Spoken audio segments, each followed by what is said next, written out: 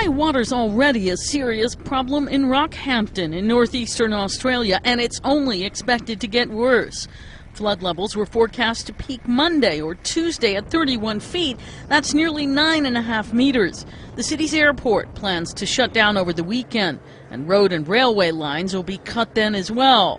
Rockhampton's just one of many towns in the state of Queensland inundated or isolated as rising rivers have overflowed their banks.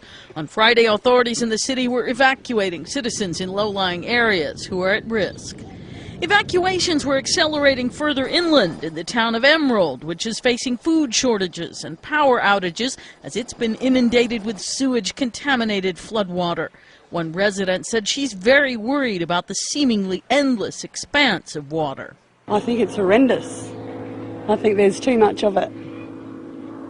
And it's quite frightening as to where it's going to go. More officials were gathering to discuss the crisis, including Australian Prime Minister Julia Gillard. She and other leaders also visited the hard-hit town of Bundaberg, where flood levels have peaked, but the waters have a long way to go before they drain away. Businesses expect it'll take months to get back on their feet. Stopping in at an evacuation center, Gillard offered a hug to one resident who lost cherished items when her home was swamped. She said families who've suffered damages would be eligible for disaster relief payments of $1,000 per adult and $400 for each child.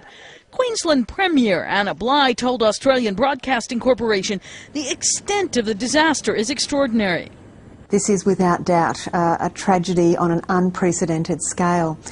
Just to give you some context, we now have 22 towns or cities that are either substantially flooded or are isolated because the roads have been cut off to them. That represents some 200,000 people, spanning an area that's bigger than the size of France and Germany combined.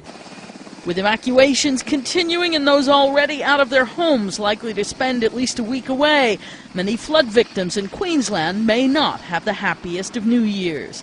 Karen Sloan, The Associated Press.